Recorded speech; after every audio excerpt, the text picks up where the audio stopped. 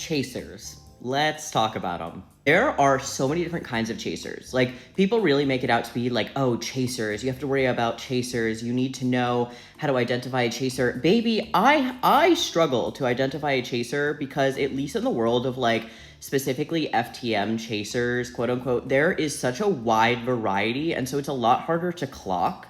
The variety that I think most people are familiar with, and I think is the easiest to identify, is like the detransitioner chaser, right? Like, this is a man very adjacent to the kinds of guys that think their cock can fix a lesbian.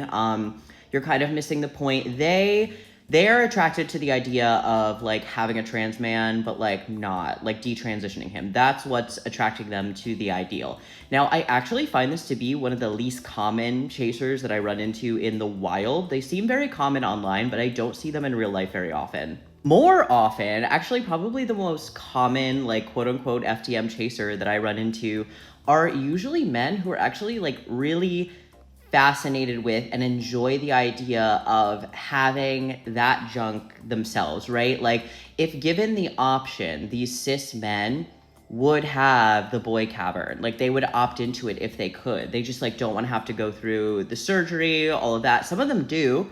Actually, I have actually run into one guy who still identified as a cis man, but he got the op, baby. He got the old switch around.